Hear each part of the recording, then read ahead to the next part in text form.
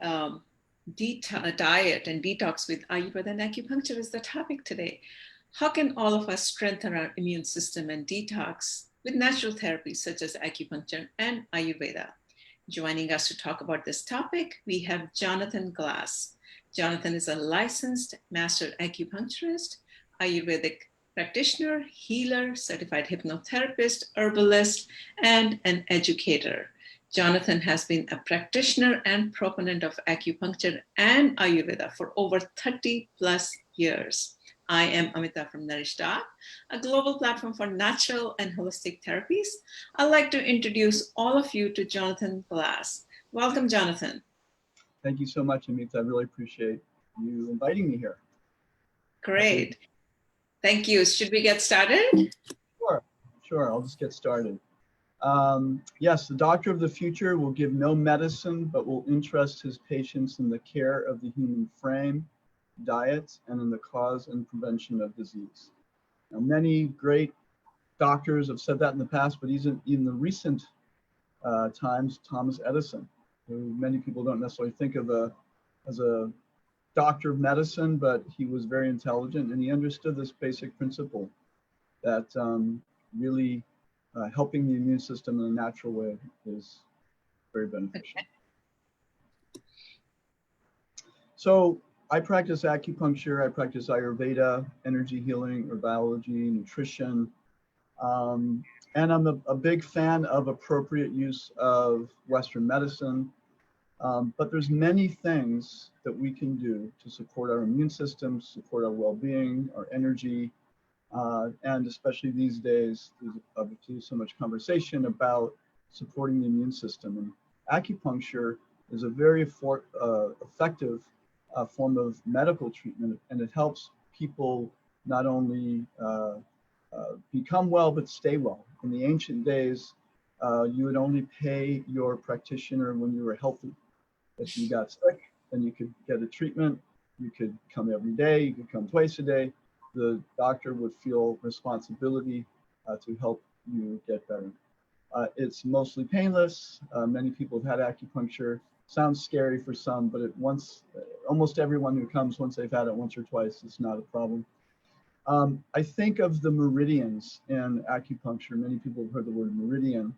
We call it the chi, we call it prana as in Ayurveda, and also the bioelectric energy of the body. We are electrical beings, we're energetic beings, and these meridians are sort of the electrical pathways that run through the body that feed both the tissues and the energy and the nerves, all the tissues of the body. It's really the balance point also between the mind and the physical body. When there's a disruption of this chi or this prana, it's like the electrical circuitry is off or there's a blown fuse.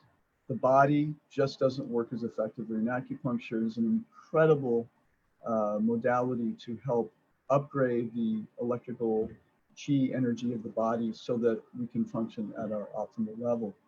And acupuncture is great for so many things, including addiction, pain, digestion, fatigue, all kinds of things, PMS, digestive issues, and immune issues as well. Now, Ayurveda is a system of medicine from India. It's possibly the oldest healing system known, and its first time being recorded was really about 5,000 years ago. And this was about the time when things were getting recorded for the first time on the planet, at least in this cycle of creation. It has to do with the emphasis on the prevention and maintenance of health and dealing not just with the physical body in terms of diet, but also thinking, lifestyle. It includes herbs. It even included surgery. It's a very individualistic type of system. Many of you have heard the word dosha before, which actually means disease, tendency, or fault.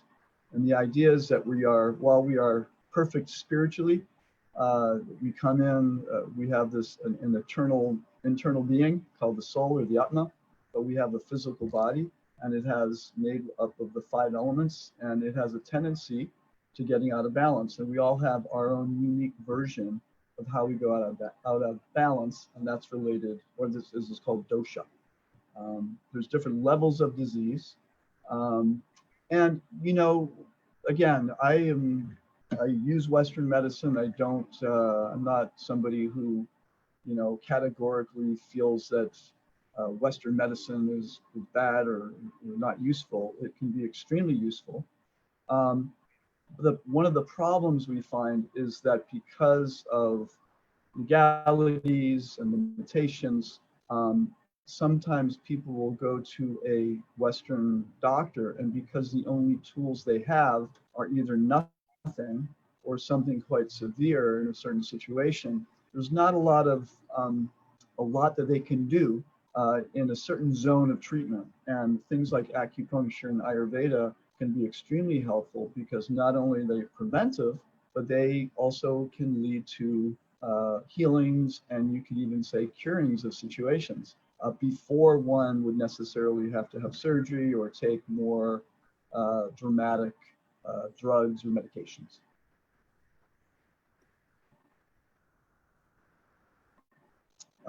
So Ayurveda and Chinese medicine in modern times, although these are ancient systems of medicine, they're still extremely appropriate for today. And the way they are designed is that they will always be appropriate. There's never going to be a time when they're not appropriate. There's physical benefits, there's mental benefits, emotional, energetic. Both of these systems are very much involved in optimal diet. And that would be a general diet, meaning a clean, healthy, abundance and plant-based diet. However, there's also the individual aspect of recommendations in terms of diet as well. Herbs are included in both systems, superfoods, meditation, Tai Chi, yoga.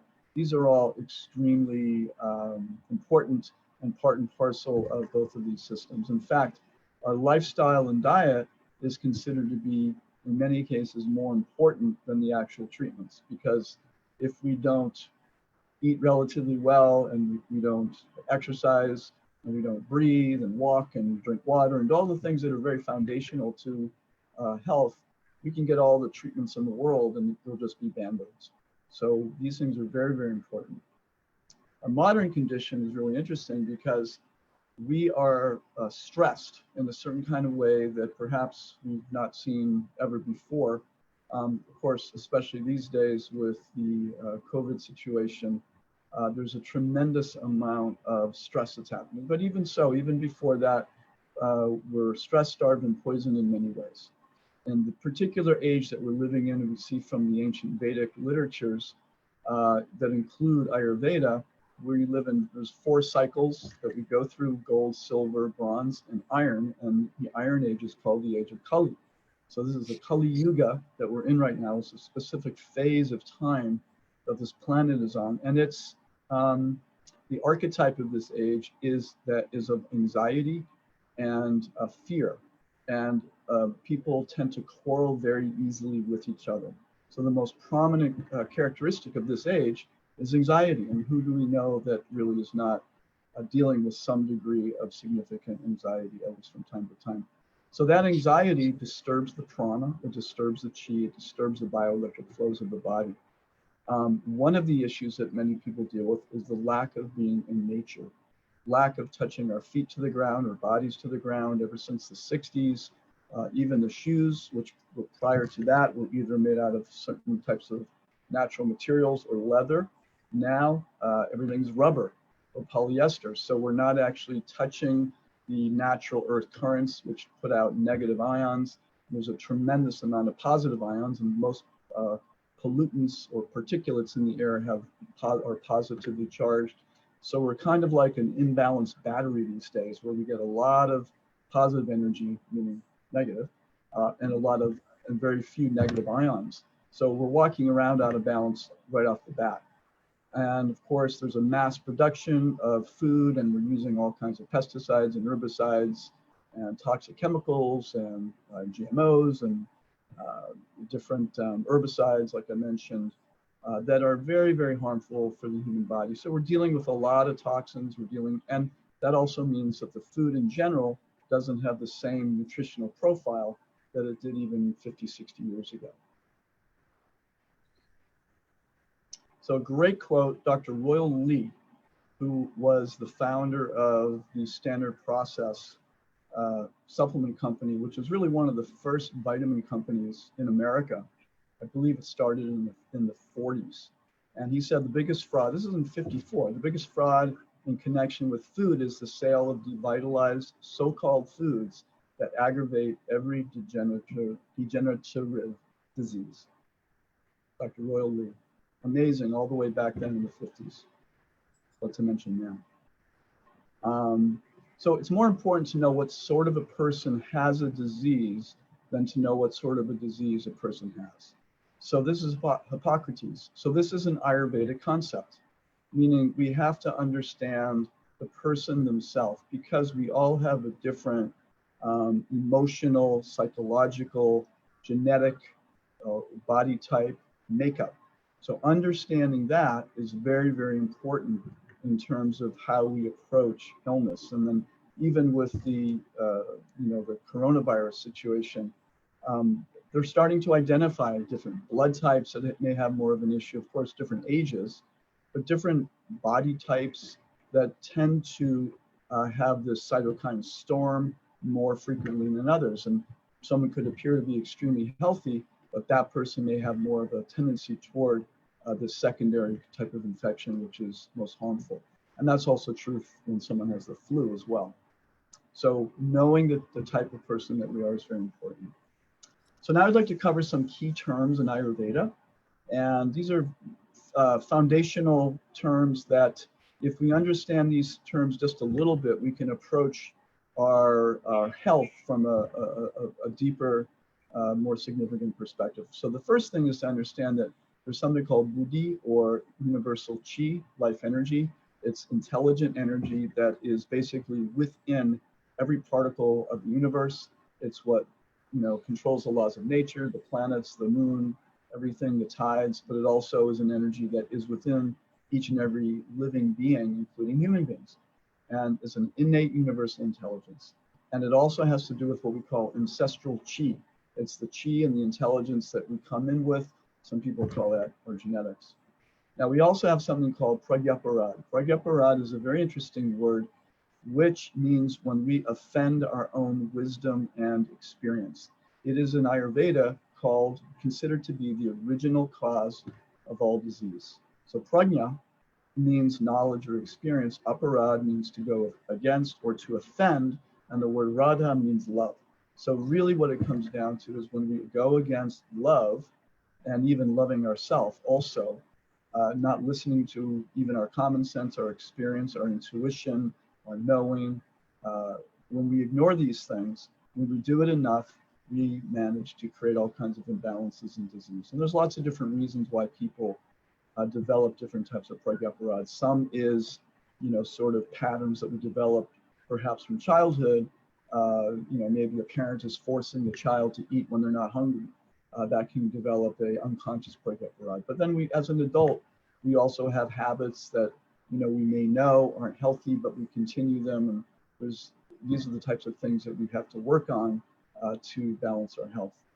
We have prana or chi. Prana or chi is this vital life force. In acupuncture, we have 12 main meridians and two, what's called the ocean meridians. And there's directions of energy. There's 5 main directions of prana, and they're all very interesting. They have connections to physical, mental, emotional correspondences, but there's downward moving prana, there's upward moving prana, there's outward moving prana, there's around prana, and there's inward moving prana. And one of the things very interesting is that most of us, our prana is always moving outward, outward, outward through our senses. And things like meditation and yoga give us the opportunity to actually direct our prana inward. And a lot of the inward directed prana is the prana that brings healing and energy to our senses, to our mind, to the internal organs, and to our nervous system. So it's very important in Ayurveda and these systems for the energy to go inward. Many people, when they get acupuncture, for instance, they'll be lying on the table within 3-4 minutes, they're just crashed. Many people will even fall asleep or will go into a very, very deep state. And that's because the prana is being directed inward, exactly where that body and that person's body and mind needs that energy. Agni is the fire of digestion. Agni it means fire, but it also means the power of transformation. So when we eat a piece of broccoli, we have to transform that, take that broccoli, and somehow or other, over a number of days, 30, 40 days, that broccoli transforms into the lymphatic or the fluid in the blood itself, the muscle, the fat, the bones, the nerve tissue, the marrow, and the reproductive tissue. So that piece of broccoli over many days becomes this physical body. And that power of transformation that we all have is our Agni. And different people have different degrees of Agni, and we'll talk about what blocks that in just a second, which is Ama. Ama is stagnant chi. Ama means toxin. So these toxins can be accumulated from externally in the environment. Like I said, in Kali Yuga, we have a great deal of toxins in our environment, whether it's the soil, the air, the water.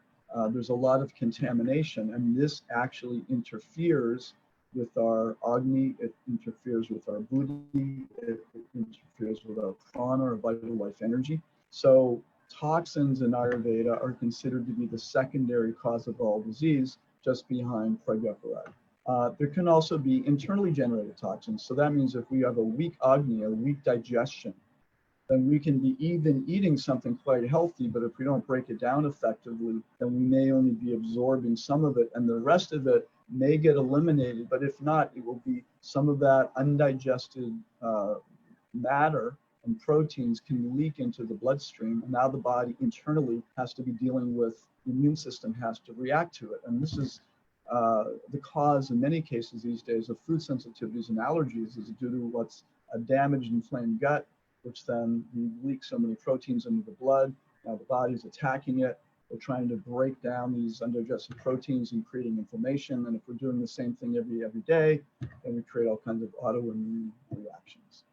And then finally, we have Ojas or Jing. Jing in Chinese medicine, Ojas in Ayurveda. This is called our original chi. It's basically our immune system. It's the part of our immune system that strengthens and regenerates. It's the elixir of life and immunity. And everybody has Ojas, and different people have different degrees of Ojas. And there are things that disturb our Ojas. Some people come in with very strong Ojas, and some people come in with weaker Ojas. So, just like somebody can go into a room and everybody has the flu, and then two people will come out and one person will get sick and another person may not get sick at all. And one person may get sick for a very long time, and the other person may just get a little sick for a few days. So that has to do with our Ojas, our capacity to fight off disease, to stay healthy, and also recover once someone gets sick. And things like toxins, inflammation, like here, a great quote about Agni. When Agni is sufficient, there will be no toxic buildups in the body. The mind and the senses will be clear and acute, and we will possess the energy to change our lives in a positive direction. When Agni is deranged, we will suffer from dullness, heaviness, stagnation, and cloudiness of emotion and perception. So Agni is very, very important. The fire of transformation is extremely important. So how do we reduce stagnation or Ama? First thing is to clean up our diet. And this is why I've been leading cleanses in my practice for about 20 years now. Actually 23 years. And we've had great success with simply having people removing wheat, dairy, sugar, excess or meat. We actually will reduce or eliminate for part of the cleanse.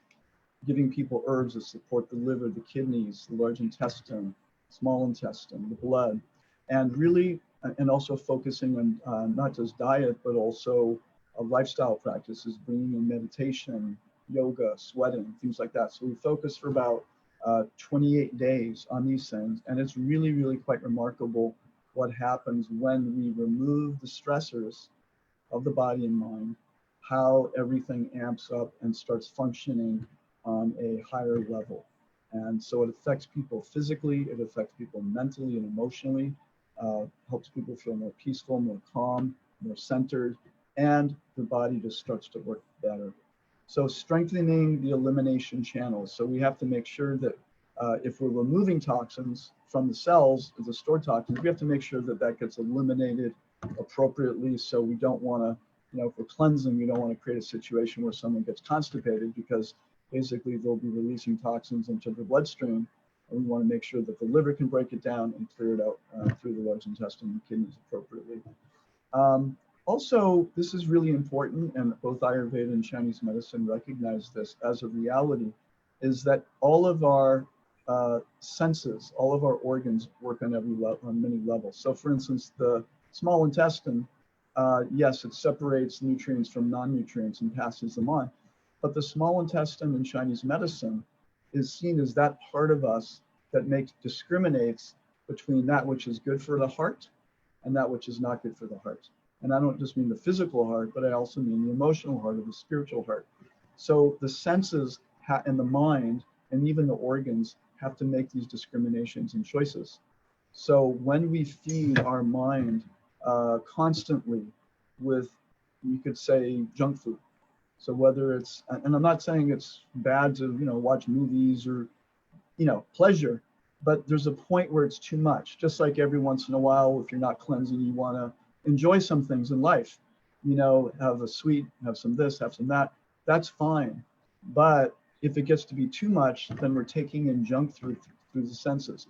We're constantly on social media. We're constantly watching television. We're constantly, taking in something through our senses that really doesn't nourish our mind, our heart, our intelligence, our soul, our deeper inner being. Sometimes it's just too much, and that puts a lot of stress. And especially, I'll go back to Kali Yuga, especially the energy of our times where there's so much anxiety. We need to sort of detox from media, for instance. I mean, right now it's just a crazy time, and I would suggest that people limit the amount of media that they expose themselves to, because there's only so much we can take in anyway until we develop acid indigestion of the mind and the heart. And there's only so much we can take in, and we get constipated with too much. We have to let it go for a while, and then yes, we'll go find out what's happening the next day. But many people are hooked to the news, 12 hours a day, and it's just not healthy. It's just not healthy. You can find out what's happening without having to be hooked up 12 hours a day or more. So decreasing exposure to toxins is very important as well. So in this age, it's very difficult to avoid toxins completely, but there are over 80,000 chemicals in the environment. Only 20,000 have ever been tested for human safety, and certainly not for the synergistic effect between all these toxins. So reducing them as much as possible is a good idea. This is the beauty of Ayurveda, that even thousands of years ago, when we didn't have the type of toxins that we do now, they recognized that doing some type of cleanse twice a year is really, really intelligent. It's not saying you have to be perfect, for 12 months out of the year, but we tend to go out of balance. And then the fall and the spring is the best time to pull it back, to wind it back, to eat really clean, really simple, stop the alcohol, stop the sugar, increase the greens, decrease the animals, eat simple, and come back to a really healthy, and then find balance again. And this is the wisdom, an aspect of the wisdom of Ayurveda. In my cleanse, I see people, they come back once or twice a year, and they've been doing cleanses for years, and it's made such a powerful impact on their life to know that, yes, I can keep coming back to this. It's not that we just detoxify once and it's all over. It's a lifestyle. It's a reset, and we all need to reset. Just like meditation. It's not like if I meditated yesterday and I say, great, I had a great meditation, that'll hold me for the next 5 months. No, the next day you start again and you reset again. So cleansing at least twice a year is really, really helpful for the immune system, but also for the mind and the spirit too. So immunity, again, clean, balanced diet, strengthen digestion, balanced amount of exercise, not too much, not too little. Sometimes especially when we're not really focusing on a deep cleanse, to nourish our adrenal system, our glandular system is really helpful. And there's some great herbs, rhodiola, ashwagandha, schisandra, holy basil, ginseng. These are all nourishing tonics. In the old days in China and India, the older people over 50, 60 years old, they'd be sipping on these teas and adding these herbs into their into their foods in many cases, or sipping on the teas throughout the day. Acupuncture, body work, chiropractic is wonderful. The healthy use of senses, not overheating the senses. When our Ojas is kind of like this, it's almost seen as this liquid gold in the body. When we overheat our system, so, one way of overheating is to become overly passionate all the time. Like if we're always, watching the television, we're always arguing about different things, we're always intense and passionate about certain things, it can affect the immune system in a really negative way. So overly using the senses, whether it's hearing or looking or touching or whatever it is, over use of the senses can burn our ojas out. And very interesting, it's said in Ayurveda that one of the beneficial thing for ojas is actually to do good deeds and to be kind to other living entities. Now, it may sound a little hokey, but it's actually considered in the long list of things that you can do to improve your immune system is kindness and compassion. And when you look at the rest of the list, it just fits in there it makes total sense. So love, kindness, generosity, gratitude, meditation, yoga, tai chi, dance, prayer, all these things are very, very good and shouldn't be ignored when it comes to supporting our immune system. The optimal modern diet, I would say, is a high quality plant-based diet, organic, unprocessed, and non-GMO. Lots of greens, roots, and veggies. And also there's a seasonal aspect, more roots in the colder seasons, more greens in the spring and the summer. Rainbow diet in Ayurveda, tastes. The earth contains all possible tastes: sweet, sour, salty, pungent, bitter. So all the seeds in the earth have potential for different tastes, and we enjoy so many different tastes. But each taste has a different physiological impact. So back in the old days, they didn't so much look at, well, what's the vitamins and minerals or phytonutrient in that plant. They understood that sour impacts the liver, sweet impacts the pancreas, pungent affects the heart. So different tastes are like nutrients, and it's very important to have different tastes. The other thing is that if you eat a variety of colors, you're getting a wide variety of nutrients automatically. That's called the rainbow diet. So when you're out shopping, make sure you get some yellow and green and red and orange, and then you're actually getting a wide variety of nutrients, because every color has different nutrients and phytonutrients. Also be informed by the time of day and the season. I mentioned that. Better not to eat late at night. Many people will actually find that they lose a few pounds if they stop eating after, say, 6 or 7 o'clock at night and wait till the morning, 7, 8, 9, 10, 11 o'clock the next day. Eating light in the morning and light at night. Ayurveda says eat like a prince in the morning, a king in the afternoon, or queen, and a pauper in the evening. So light, larger, and very light at night. That's the best one. And there's qualities of food too, especially in this age. There's a lot of our food is nutritionally worthless, or has become that way. Stale, rancid. Of course, you don't want to eat stale, rancid, or tasteless food, but impure and toxic, which means that a lot of the food in the supermarket, in the middle aisles, if you can't read the words on the label, then you can be pretty sure it's not super healthy. There's a lot of coloring. Many of them have been proven to be in varying degrees carcinogenic. Preservatives, colors, pesticides, herbicides, GMOs, all these things put stress on the system. So we want to be sure that we're eating foods that have nutritional value. Rajasic foods are foods that have the quality of very before it, which means very bitter, sour, salty, spicy, drying, and burning, that give rise to pain, grief, and disease. So overly eating any taste too much can create an imbalance. And then sattvic foods promote longevity and health, enthusiasm, strength, good health, happiness, satisfaction, and they should be tasty, nourishing, and agreeable to the heart and stomach. And we can, for the most part, see that whole grains, organic, not refined, legumes, plants, vegetables, roots, all kinds of things are more in the sattvic category. In the old days, dairy was also considered very sattvic. Now modern dairy has its issues. There are dairies that are coming more from healthier farms, organic, and even farms that we call them himsa farms, which means they don't kill the cow once the cow stops giving its milk. And in the Vedic system, there's no problem using the cow and even making leather out of the skin, but they would wait in the Vedic culture until the cow naturally died, and then they would use the body for such things like that. Also, daily practices, sadhana. Sadhana means basically, in a simple way, a daily practice for a particular goal. In this context, these are practices that help support our balance our nervous system. Because when we think of our nervous system, the prana, or the life air, how our nervous system is the balance point between the physical body and the mental body. So balancing that is very important. So sadhana daily practices can be very, very helpful. So things like yoga, meditation, tai chi, there's a variety of different things. Obviously, there's so many different types of practices that people can do. And also things like acupuncture. Acupuncture is balancing directly the energy of the body, which again is like a balance point between the physical body and the mental body.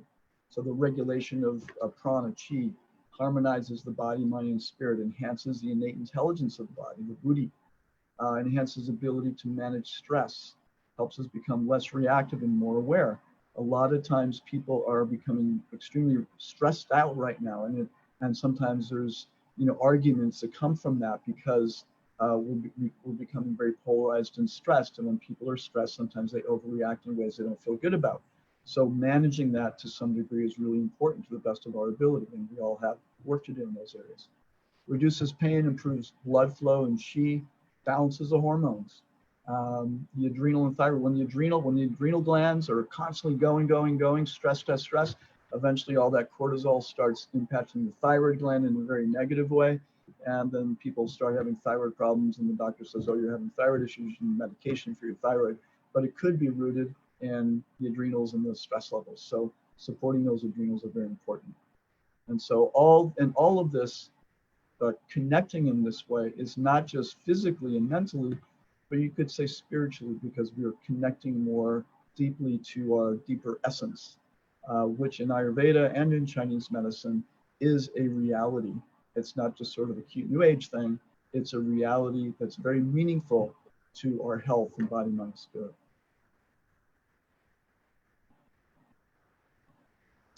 So this is one of the older physicians of the Dalai Lama years ago. Health is the proper relationship between the microcosm, which is the man, and the macrocosm, which is the universe. Disease is a disruption of this relationship. So again, this comes back to the buddhi, the innate intelligence. When our prana becomes deranged, when we have too many toxins, when our agni is weak, when we burn out our ojas, we lose connection with the natural wisdom of the universe, but also the natural wisdom and innate intelligence that's in us. So things like cleansing, doing things to maintain balance to varying degrees in our life helps that natural intelligence, which is really beyond us. I mean, when I eat something, I'm not thinking, oh, I have to, it's in my stomach now. Now what am I going to do? Oh, right, I have to send certain things to my liver, and now I have to send it to my small intestine. It's happening by itself. So much of what's going on is happening automatically, but there's still things we can do to block that intelligence, and there are things we can do to remove the blocks of that intelligence. And a beautiful word, Dharma. I think we'll be winding up pretty soon here, but Dharma is a word that many people have heard before. And generally speaking, we think of the word Dharma as, what is my life purpose? And Dharma, there's different meanings to it, but Dharma means that quality which is in something that can't be taken away. So the Dharma of fire, for instance, is heat and light. If there's fire, there's always heat and light. The Dharma of water is liquidity. Now you can freeze water, but that's not water's natural state. The natural state of water is liquid. So we all have our natural Dharma, our natural gifts, our natural ability. There's different types of Dharma. But just doing your Dharma, finding out, what is your gift in this life and doing it to the best of our ability, automatically there will be a certain type of peace, satisfaction, happiness that comes from that. And Dharma is also on 4 legs. Very interesting. There has to be some degree of discipline for Dharma. There has to be some degree of compassion for Dharma. There has to be some degree of truth or a good degree of truth. And it's called purity. So what that means is that if we're doing our Dharma and those 4 legs are there, say I have a great deal of discipline to move forward in life, but I have absolutely no compassion and I'm going to lie my way to get to the top, you can know you're not fulfilling your Dharma. But if you're working hard, you're being honest, you're being kind to other people, and you're not, completely impure in your activities, you're being pure in your actions as well, you can know that we're following our Dharma, that we're on the right track. And it is said, simply by doing our Dharma, we automatically make spiritual progress, even if we're not meditating or doing yoga or things like that. There's automatic realization of my true nature, which is very important. Now, Sanatana Dharma is meaning, it's a beautiful word, which basically means what is the underlying Dharma of all human beings, and that is, you could say, service to a higher source or love itself. So if there's love, we know there's some Dharma that's there as well. There's a lot more to say about that, but because of time, we'll end it here. All right. Are we close to your talk? It's beautiful talk, really beautiful. And what is amazing is that how acupuncture and Ayurveda 5,000 years back, that is still applicable now. And that what amazes me, how could they think of all the things that now we are going back to the same thing which was done 5,000 years back? That's true. Yeah. And it's interesting, and they found acupuncture needles in southern India, gold and silver. So there's some that actually believe that Chinese medicine emerged out of Ayurveda, where Ayurveda doesn't so much speak of acupuncture so much. But yeah. But it's, it comes back to that buddhi, I would say, to the innate intelligence and the innate wisdom that's there. And, wisdom doesn't change. It's the same wisdom thousands of years ago that's now. Where you could say, truth is truth. It doesn't, I'm not talking about a belief system, but that which is, and so some of these sages and yogis and Chinese mystics and seers connected to a certain level of reality. And a real quick example is, when someone had a lung infection thousands of years ago or 1,000 years ago, they would describe it in terms of nature. Oh, they have damp heat in the lungs. So they found herbs in nature and they knew what foods aggravated damp and heat. They would say, stop those foods. Here's some herbs that are cooling and drying. And now we study those herbs and they are they're cool herbs and they're drying. So they're adding coolness to the lungs and they dry the lungs. So even though, and they have antibiotic properties to them. They didn't know that years ago. They're just coming at the same results from a different angle.